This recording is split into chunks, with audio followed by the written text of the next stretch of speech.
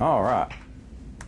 Now then, a couple of things happened this week. Not sure how they play into things, but it was interesting. One is Israel's government. I don't know if you've kept up with it in the news, but Benjamin Netanyahu has been the leader for a long time. But the way that, and I loosely understand a little bit about how their government elections and everything work, but they have to create a majority coalition for one to be in charge or not. And Benjamin Netanyahu's conservative group came up. They both, his and his opposition, led by this guy named Gantz, were not quite enough to establish a majority. You have to get over 50%, and then you're basically in charge. Well, if you don't get up to 50%, then you got to cut a deal with somebody in the other party to pull you up to the majority so you can rule. And Gantz has been Netanyahu, one of his adversaries, but he's a former leader in the military. And so now, after neither one established a majority and is able to take full control, they have to come together and say they're going to form a unity government. They get a certain amount of time to do that, and if they don't unify within that time period, then they have another election. And they said they've already had 3 in the past year. And so they're wanting to avoid another one, trying to establish this type of a government. One of the things that I think comes from this is when you look at your end-time prophecies, and Benjamin Netanyahu is more conservative, and he listens more to the religious believers and the leaders in that community than the other people do. The other people want to satisfy the world. They want to fit in. They're more amenable to change and changing things back. Well, you can see in end-time prophecies, if you're going to pull Israel astray and away from God and have a situation where they're going to make that treaty that is going to be Daniel's 70th week, which ties into the next lesson that we have in chapter 9. But when you get into the Daniel's 70th week, you get into, okay, who's going to be able to lead Israel if you got Benjamin Netanyahu in charge and he's a hardliner and not going to make that kind of a deal? And so, well, you have to have a softer government that doesn't have quite as strong of a stance against it. So that's why I think this is going to play into it. Also, it's interesting, as you mentioned, having U.S. troops in Saudi Arabia. I don't know if we've been in Saudi Arabia before. Yeah. We have? Well, Was that during Desert Storm? Yeah. Okay, I think it was Desert Storm. That's right, I remember that. We had troops stationed there, and we launched attacks on Saddam Hussein from parts of Saudi Arabia. But it creates a big problem because of their culture and everything, and the way that they run their country, their Muslim rules. They create problems for American soldiers that just go about their normal daily life, and then they end up in jail for 20 years or lose a hand. All right? And so let's go ahead and Daniel 8, 1 through 15, just a quick summary. We saw the vision, and Daniel tells us at the beginning, and that's going to be important in here, where he says he had a vision, and it's a different one from what he had previously. And he tells us in the beginning, in my vision I saw myself. So that's going to be important with what we get to in this explanation. First, he sees the ram. The ram is the aggressor, and he punches one way and another, and no one can stand against him. But then this goat comes, and the goat comes from the west. And got this little interesting phrase, which may not fit into anything. It may just be part of the vision. But he traveled all the way across from the west without touching the ground. And this goat becomes great, and then the large horn, which was the leader, breaks off and becomes 4 little ones, and it just tells us that none of them became as great as the other one. He tells us that he sees them take away the daily sacrifice, and the sanctuary is thrown down, and then it ends with this statement on the 2300 evenings. And let me get back to chapter 8 here. Yeah, right before we get to in 14, he says, he said to me, it'll take 2300 evenings and mornings, then the sanctuary will be reconsecrated. All right. And so now we get to 15 and 16. And so if we can get Jerry Campbell to launch us into Daniel 8, 15 and 16, let's sort of see where he's picking up at. gotta get there first. That's fine. Still gotta get there. I kind of get this feeling. I was looking in LinkedIn this past week, and I saw where new technology is coming out. It's pretty much here, but these people are working in virtual reality with a computer screen, and they're able to take like a pen, and they showed pictures of a video of a heart, and they are able to just touch the screen and pull it out, and it floats in front of them, and they can sit there and turn it around, and there's the heart pumping and everything, and they're able to look all around this 3D representation of the heart. So when I think about Daniel and his vision, I think, oh wow, that must be what he's seeing, is what we would call that a vision today. All right, pick up now, Jerry. Then it happened when Daniel, had seen the vision and was seeking the meaning, that suddenly there stood before me one having the appearance of a man. And I heard the man's voice between the banks of the Beulah, who called and said, Gabriel, make this man understand the vision. Okay, so the name Gabriel, we tend to think, and in just anybody that isn't even a biblical follower, doesn't even come to church, most people, if you had to name one angel, would name Angel Gabriel. They've just heard Gabriel, and Gabriel is out there and you get a lot of reputation from Gabriel, but he only appears 3 times in the Bible, name-wise. He appears in 2 sections. One is here in chapter 8, and the other is in 9:21 when he comes back. Then we get Luke chapter 1, 19 and 26, where he talks to Mary and Joseph. And so you don't get a lot of background on Angel Gabriel, but he's a very common name that people know. And so we just hear this part as Daniel starts, and he says that, and that's why I said you want to keep in mind this vision. He is watching the vision, and he's trying to understand what he sees. And in the vision, he hears somebody, a voice call out and say, Gabriel, tell this man the meaning of the vision. All right, so now let's see what 17 tells us, if Clement will read that for us. So he came near where I stood, and when he came, I was afraid and fell upon my face. But he said unto me, Understand, O son of man, for the time of the end shall be the vision. Okay, and just picture this. How would you react if all of a sudden just picture yourself, you're at home, it's late at night, you're by yourself, and all of a sudden an angel appears before you?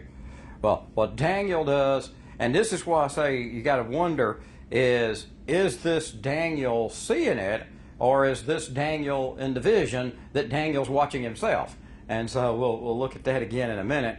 What would you do if an angel came and appeared to you? Well, what Daniel does, what Ezekiel does, and what John does on the Isle of Patmos and several others, when they see it, they fall prostrate on the ground. They just absolutely flatten out in front of them.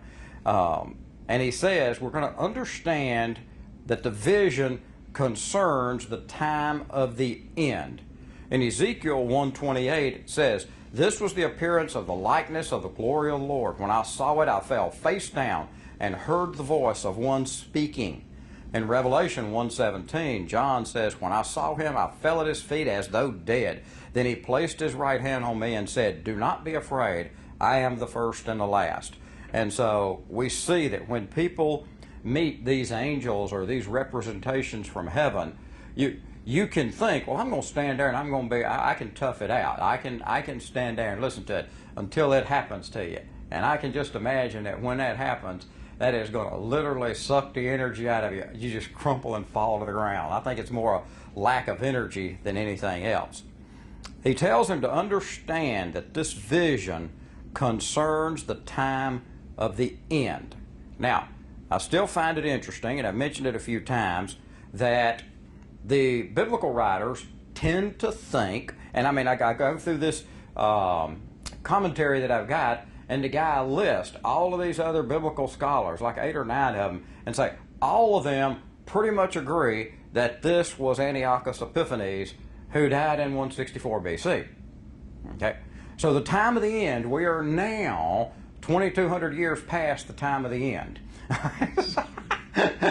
So you have to wonder, how does this fit in? All right. generally, the time of the end would mean we haven't, since we're still here, we haven't gotten here yet. So let's pick up with 18 and see what he tells us in 18, because this is just layering it on. And then I fainted, lying face downward on the ground, but he aroused me with a touch and helped me to my feet. Now, we don't know, and like I said, this is the thing to think of. This is one of those conundrums that you run into in life. It says, Daniel's fallen into his deep sleep. Now this prompts the question, is Daniel asleep in the vision Daniel is seeing of himself, or is this the Daniel that's having the vision, and all of a sudden it translates immediately to where he's seeing it, but now it's real to him? Now, you don't really pick up on that with the way the wording is given to us here. All right. Then the other thing is if he's in a deep sleep, I can't even remember the detail of what's happened. So that makes me think that he sees himself in the vision fall down, and he sees, how could he see? If he fell into a deep sleep, how could he feel that the angel, raised him up? So I think he's probably watching this vision, showing him that. But we don't know. All right, let's see what 19 tells us there. Moving over to Stanley. I am here, he said, to tell you what is going to happen in the last days of the coming time of terror. For what you have seen pertains to that final event in history. Okay. Now, it says, later in the time of wrath. And in mine, the translation is the appointed time of the end, which is the same thing you were saying, just another way of saying it. And so this is the second time. In 19 is the second time the angel is telling us this concerns the time of the end. All right. Now, one of the other things that a lot of the biblical researchers think is that it's a dual meaning. There's no problem apparently in biblical prophecy for this to have pointed to that time period they think it does, and at the same time a time yet to come in the future. There really isn't anything in biblical prophecy that doesn't that prohibits that, and there are several examples where you actually do get that, where you get a time period where this concerns now and this concerns in the future. And so they think there could be a dual meaning with this. All right, David, Daniel 8:20. The two-horned ram represents the kings of Media and Persia. Okay, this is a short one, but he's telling us that we have these two kings that represent Media and Persia. Those are kingdoms that Daniel knew well. He knew that Cyrus was a Mede and Darius was a Mede. He knew those people. He also knew the Persians, which was Nebuchadnezzar, and so he knew those kingdoms. That's why it's related to him that way. All right, so let's look at 21, and this is where the angel starts to actually tell him something.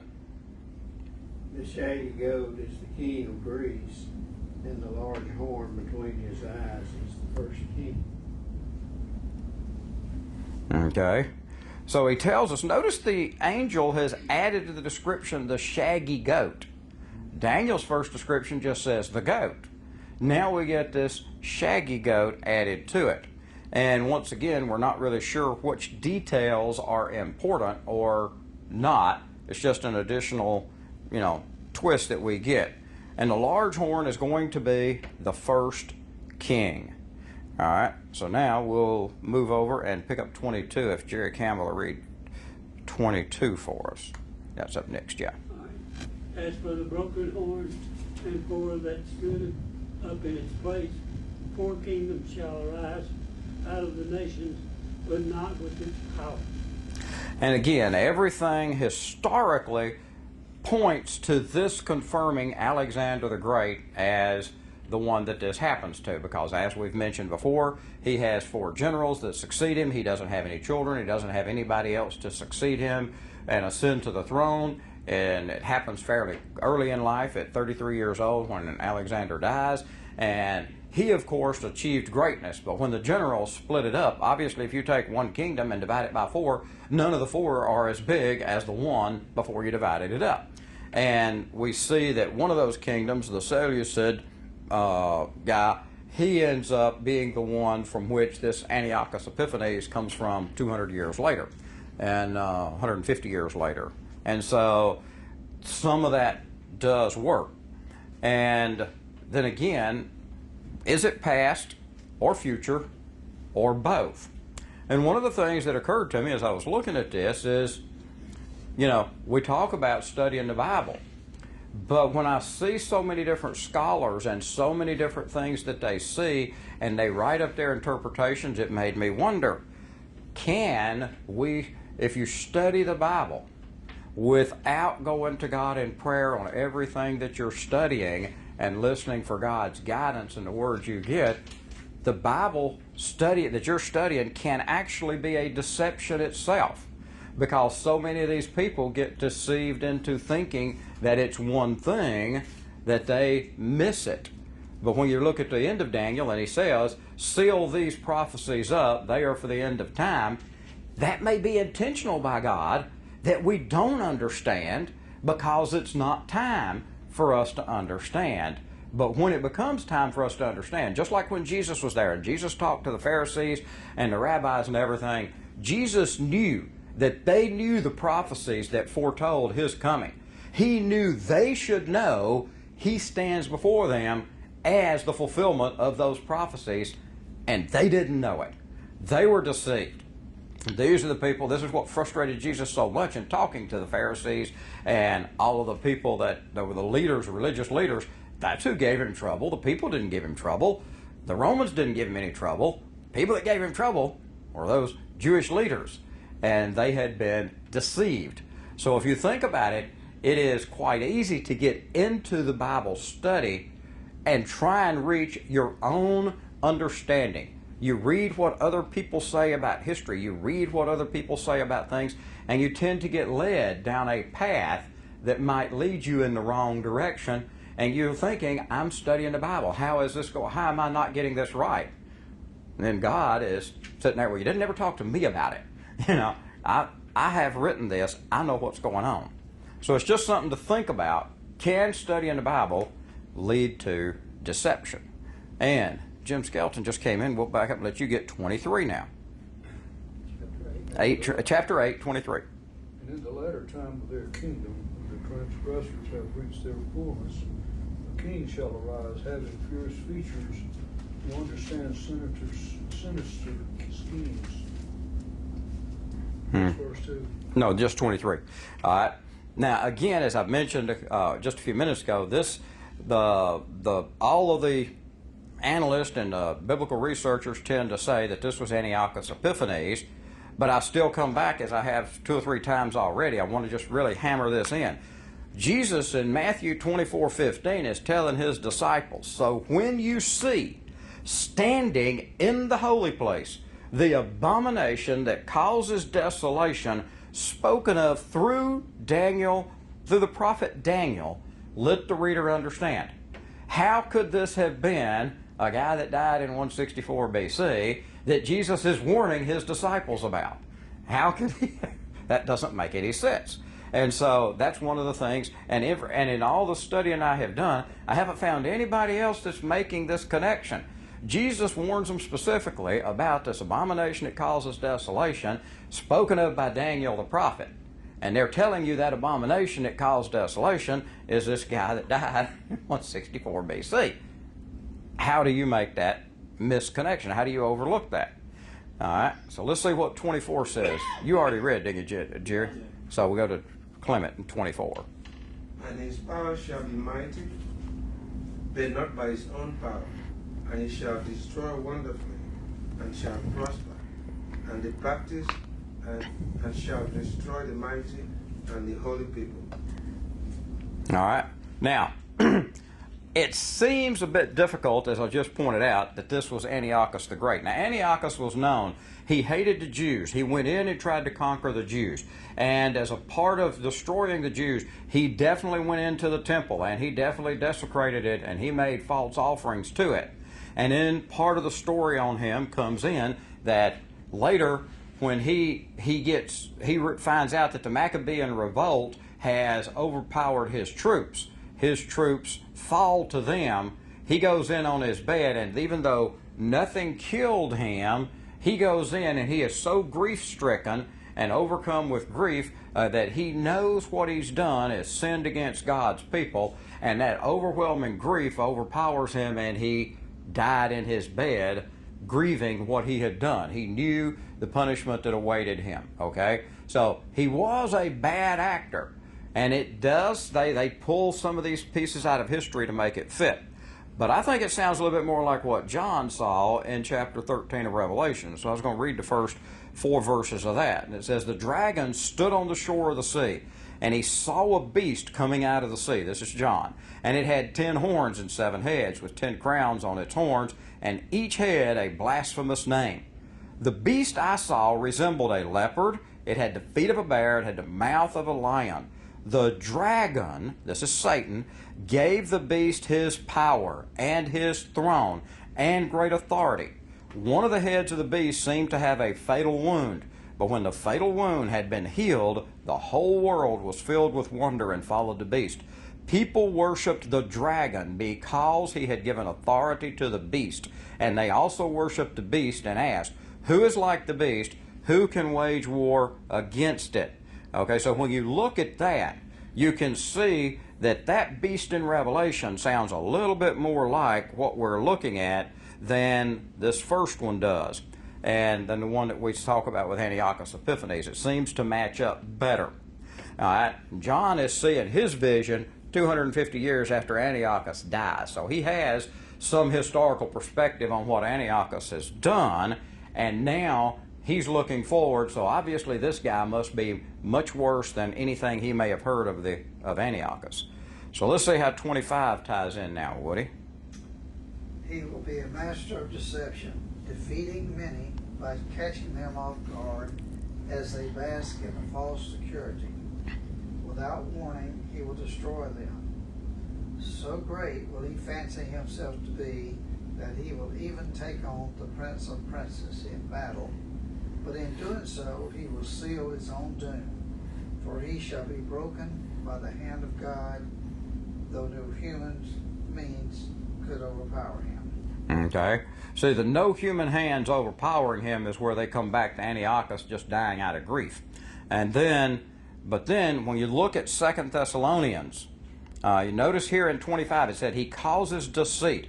2 Thessalonians chapter 2 really helps on this, because he tells us, Paul does, and he says, "Concerning the coming of our Lord Jesus Christ and our being gathered to him, we ask you, brothers and sisters, not to become easily unsettled or alarmed by the teaching allegedly from us, whether by prophecy or by word of mouth or by letter, asserting that the day of the Lord has already come.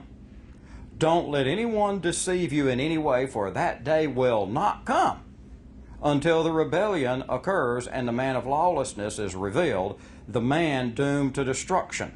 He will oppose and exalt himself over everything that is called God or is worshipped, so that he sets himself up in God's temple, proclaiming himself to be God."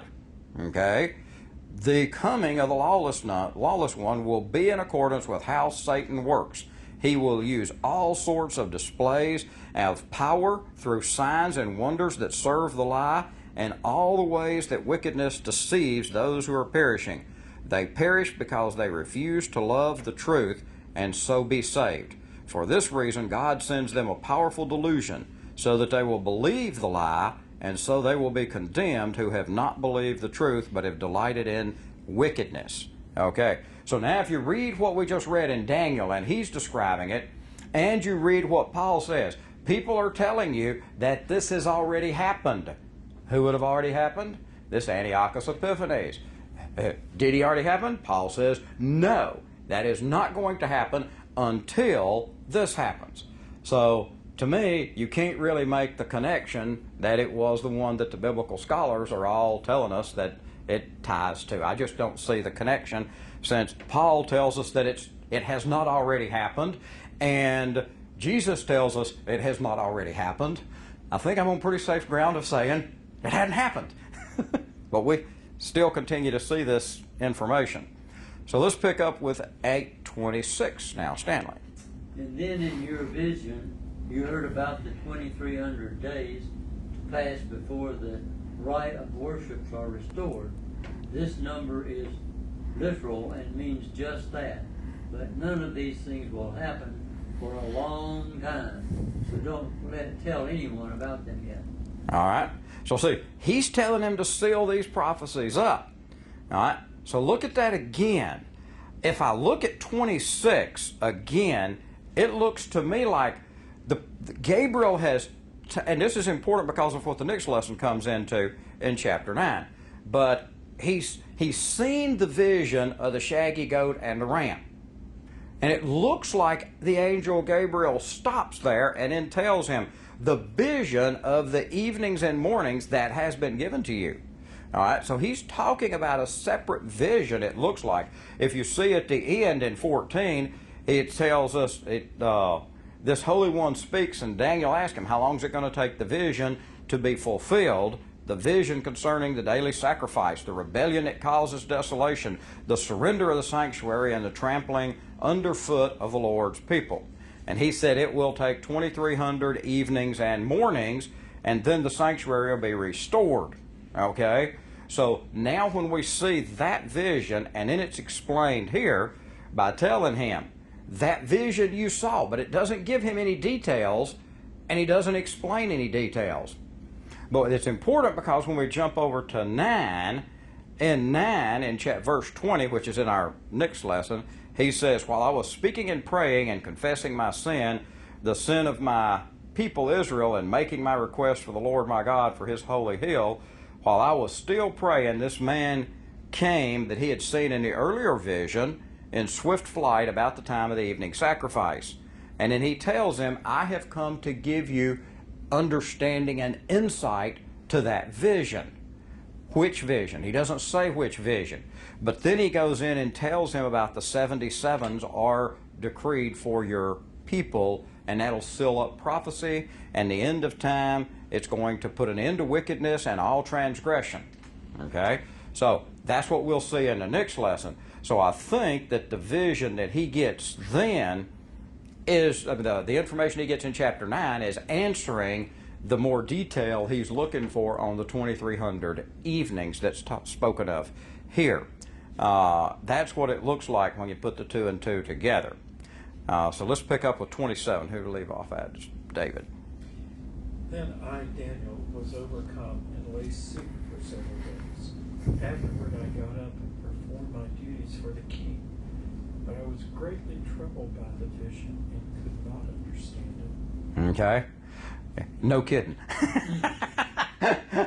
Daniel was appalled at the vision. This vision just shocked him. So it has to be more than what we have seen and heard here, because what he saw troubled him enough. Just imagine seeing something, experiencing something so real that it takes you several days before you can even get back up and start functioning. I mean, that is an amazing thing. You're talking about somebody, this is Daniel who has already been in the lion's den. This is Daniel who has already experienced all of the things that he's experienced up to this point in life. He has seen a lot take place. And now he sees this, and this is more troubling than anything he's ever seen before. And it's just so shocking, it just literally crushes him to where he just can't even get up and do anything. It's beyond his understanding. So, how about y'all? Anybody got any ideas on where we're headed with this? Y'all want to help Daniel understand his vision a little bit? No, you help me. And you can see that my approach to the way I wanted to do this is to present it, because I think, to me, the most important factor in studying prophecy is to go to God. It's just like Paul did when Paul was talking to these people. Don't let these people deceive you. Don't let people mislead you. Okay? How do you avoid that? Go to God in prayer. God will make known to each of us that which He wants us to know, that He thinks is important. He didn't feel it was important that Daniel knew and ever understood everything that was going to happen over the next 2,500 years. He didn't think it was important. He told him enough to answer Daniel's curiosity, and that was it. Jesus comes back and tells John on the Isle of Patmos, a little bit more that he can understand, but it is still so far into the future. And the only way we're going to understand is by spending time in prayer as we go through this. And so that's why the start of the next lesson on chapter 9, down in my last one, I put this sentence down here. It says, everything in our world means something. No leader is in that position that God did not put there. Study, pray, listen, repeat. You know, from my old programming days, that would be called an endless do loop, and that needs to be the endless do loop for our life. Is we need to study, pray, listen for God's answer. Study, pray, listen. Study, pray, listen. If we follow that guideline, we will not be deceived, no matter what happens, because we will know God will have heard from us enough. He will be talking to us enough to let us know. Just by our instincts, we will know when the right time is and when it is not. Okay. So let me go ahead and close us in prayer.